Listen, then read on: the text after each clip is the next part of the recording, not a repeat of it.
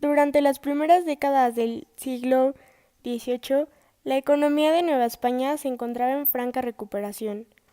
Entre 1742 y 1810, la población novohispana, en particular la indígena, casi se triplicó. El crecimiento demográfico modificó el paisaje novohispano. Durante el siglo XVI, las ciudades más importantes del virreinato eran las capitales de provincia como la Ciudad de México, Oaxaca y Morelia, o bien las vinculadas con el comercio, como la entonces Puebla de Los Ángeles y Veracruz. Hacia 1750, el incremento del comercio y la minería atrajo una gran cantidad de población a zonas que en otros tiempos estaban poco habitadas, lo que a su vez generó una nueva distribución de los núcleos urbanos. También aumentaron su población asentamientos dedicados a la industria textil, como Orizaba y Querétaro. Sin embargo, la urbe que mayor crecimiento registró fue Guadalajara.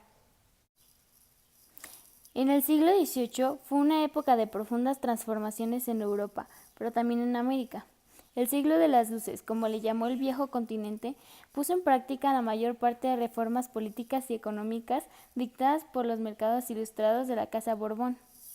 Contagiados por los ideales ilustrados, conscientes de la necesidad de aumentar el control sobre la colonia más rica en América, los Borbón pusieron en práctica diversas medidas acordes al despotismo ilustrado que privaba de muchas monarquías europeas. En conjunto, se integraba racionalizar la gestión del imperio y establecer un nuevo régimen político y administrativo, con el fin de limpiar el poder de los grupos que habían asumido algunas funciones y privilegios propios del Estado. Entre quienes más ingresos percibían se encontraba el gremio de los comerciantes. Así, las mayores fortunas eran amasadas por aquellos que comercializaban los productos del extranjero. De este modo, los ricos yacimientos del norte, Guanaceví, Patopilas o Chihuahua, y del centro, Guanajuato, Real del Monte y Tasco, estaban en manos de unas cuantas familias de terratenientes que contaban con bastante capital para intervenir en la minería. Con la llegada a Nueva España de plantas y animales provenientes de Europa, se inició una revolución tecnológica agrícola. Una de las principales innovaciones fue la introducción de arado jalado por animales. Por lo general se usaban bueyes para aumentar la producción de trigo y los granos europeos. Los españoles también introdujeron técnicas de irrigación desconocidas en la época prehispánica y construyeron acueductos a base de técnicas arquitectónicas novedosas, como el arco, que llevaba agua a lugares donde antes era imposible transportarla. El 24 de febrero de 2012, después de casi 4 años de litigios, deliberaciones, acusaciones, persecuciones de la Guardia Civil a los barcos de Odyssey y un buen gasto en abogados por las dos partes, la empresa Odyssey, compañía estadounidense especializada en la búsqueda de pecios submarinos, devolvió a España las 17 toneladas de oro, plata y objetos navales que viajaban en el barco Nuestra Señora de las Mercedes hace más de 200 años. En aquellas fechas, la agresión sacudió a Europa, a tal grado que la propia prensa inglesa se echó encima de sus políticos y militares. La sociedad en Nueva España se caracterizó por ser corporativa, es decir, sus individuos se organizan en grupos que los representaban. Para el siglo XVIII se habían asentado ahí diversas corporaciones, las cuales son cabildos, audiencia, consulado o órdenes religiosas, pueblos de indios, universidad, gremios de artesanos e iglesia, entre otros. Los españoles gozaban de las mejores ventajas, como la atribución para fungir como virreyes y oidores, ocupar los puestos más altos de la iglesia y formar parte del consulado de comercio. La desigualdad descrita en las lecciones anteriores generó inconformidades y tensiones en la sociedad novohispana. A principios del siglo XIX, a esa situación se le sumarían conflictos económicos como las malas cosechas y las epidemias, así como el resentimiento de aquellos grupos que vieron disminuir sus privilegios, entre ellos los criollos, que habían sido marginados de altos cargos de gobierno. Poco a poco los criollos se fueron diferenciando de los españoles y desarrollaron su propio sentido de identidad, conocido como criollismo.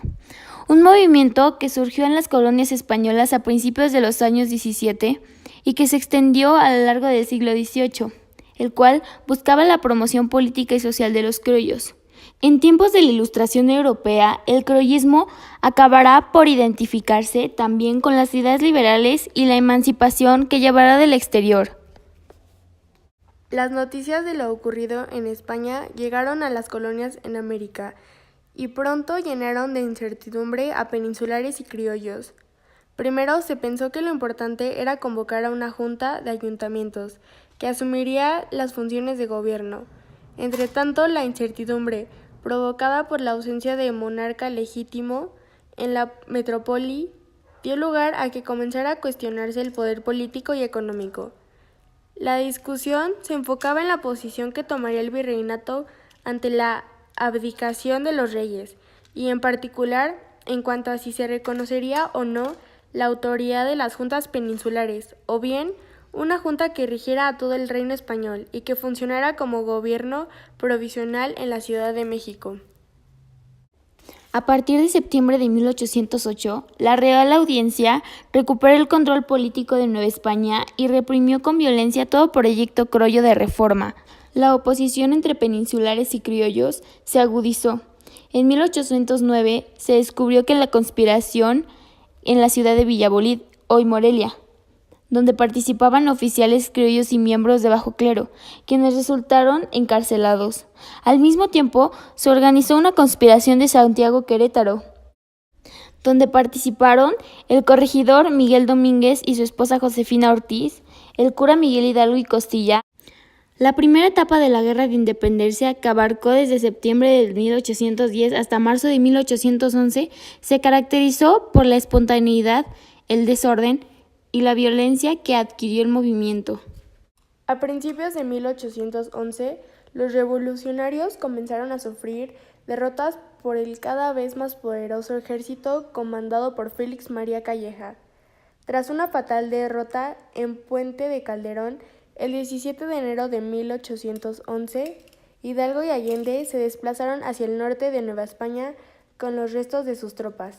Entre finales del siglo XVI y la primera mitad del siglo XVIII, el arte novohispano siguió los cánones del barroco, el estilo que favorecía el uso de decoración abundante, de efectos dramáticos de luz y sombra, así como un lujo suntuoso en los colores y los acabados. La arquitectura, la estructura y la pintura tuvieron como técnica principal la región, tanto en espacio público como privado. Sor Juana Inés de la Cruz y Carlos de Siguenza y Góngora son los representantes más destacados de este estilo.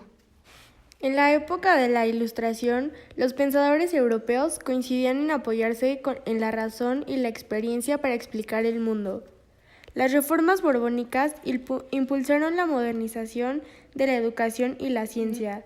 Para ello se crearon diversas instituciones que promovían el uso del método científico y la experimentación. Además de la Academia de San Carlos, se construyeron el Real Colegio de Cirugía, el Jardín Botánico y el Colegio de Minería. Desde la conquista española, los pueblos indígenas soportaron diversas imposiciones y abusos por parte de las autoridades virreinales. Tal situación se prolongó en el periodo de independencia.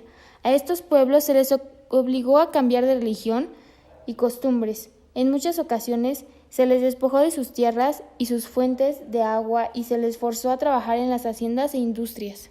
Gracias por ver este video. Nosotras somos Andrea y Camila. Denle like y suscríbanse.